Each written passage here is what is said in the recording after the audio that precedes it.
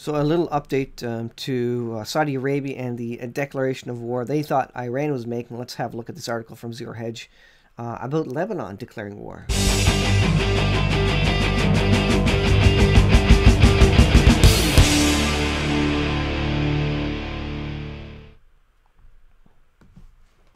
So like I said, this is Zero Hedge. On the verge of catastrophe, Saudi Arabia says Lebanon declared war. As expected, Saudi Arabia has cast itself as the victim of external Shia plotting after its internal weekend of chaos, which included a missile attack from Yemen, so from the Houthis, and that's why they blamed Iran originally, the death of 2 princes and other high officials.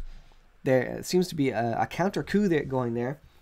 Seems like it was an assassination because there's like 8 royal figures who died in the same helicopter crash there. So death of 2 princes and other high officials within a mere 24 hours. And an aggressive crackdown against dissent in the royal family, which saw 12 princes placed under house arrest. Huge upheaval here, and this is obviously going to play directly into Bible prophecy related to how Saudi Arabia shows up in the end times. And as Al Jazeera noted, in this Saudi version of the Game of Thrones, the 32-year-old Mohammed bin Salman shows that he is willing to throw the entire region into jeopardy to wear the royal gown. So he's purging people, I guess, to strengthen his hold on power there. While Saudi Arabia has long blamed Iran for sowing unrest in the region, this evening's declaration by Saudi Gulf Affairs Minister, he said that Lebanon has declared war against the kingdom. So Lebanon was the culprit, but Lebanon is supported by Iran, and Hezbollah is obviously a huge part of Lebanon as a country. And it is truly a historic first, but perhaps the biggest problem is that international media is currently uncritically spreading the statement, whereas what such a bizarre claim actually warrants is laughter. Thankfully, Taleb sums it up nicely with a basic geography lesson. Either the media is stupid, or Saudi rulers are stupid, or both. Lebanon did not formally declare war, and there is no common border. There's a still taken from the video from Yemen and the Houthi ballistic missile firing there. With that in mind, here's a statement currently making headlines.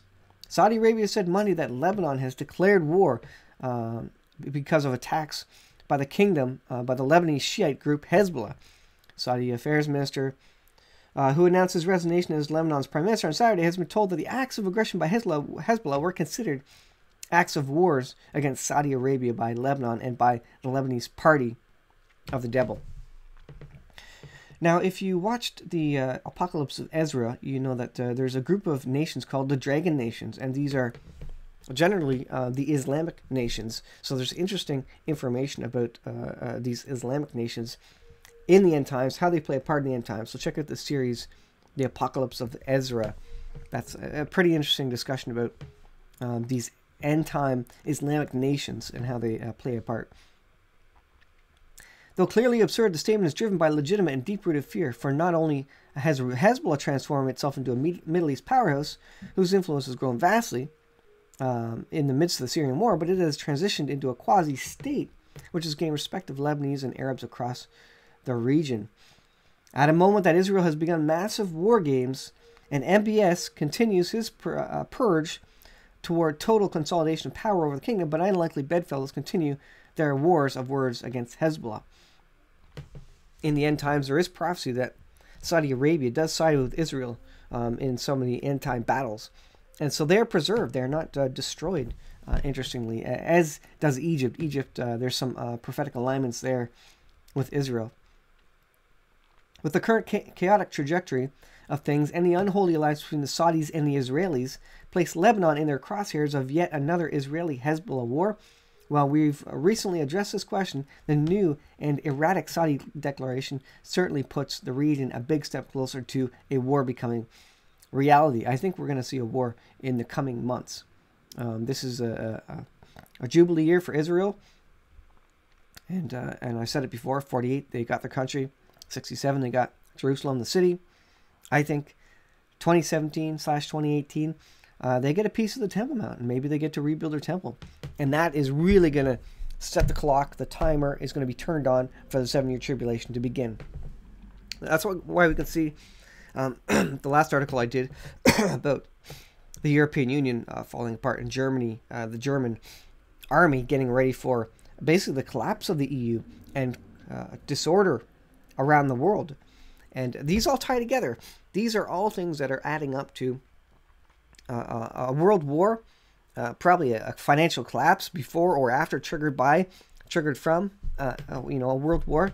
However the order is, all these things are converging, and so this is going to happen soon. And I think something big is going to happen in the Jubilee year of Israel, which happens from September 2017 through to September 2018. And we have the North Korea situation. We have Iran potentially getting delivered nuclear weapons from North Korea. We have Israel and Saudi Arabia on side to looking at going into Lebanon potentially. And we also have Israel looking at preemptive strike on Iran. And the Apocalypse of Ezra, the series that I did, spoke of Iran, Persia, the country being leveled through warfare. And that hasn't happened yet. So that's interesting if that is actually accurate. And then we have Isaiah 17, the destruction of Damascus. We have Gog Magog, where Russia is going to be pulled with hooks, multiple hooks. They don't want to go to war, but they're going to be drawn into it for some reason. Were they drawn into the Syrian war? I think they were, because Bashar Assad kind of said, hey, help me out. So and they came. Now, there is oil in the region as well, and that could be part of it, because we know Gog Magog is initially interested by the spoil in Israel. So interesting times. These are very obviously prophetically significant times. I hope you're making the connections here. I hope you're putting these articles together and saying, this is really adding up, and things are progressing fast.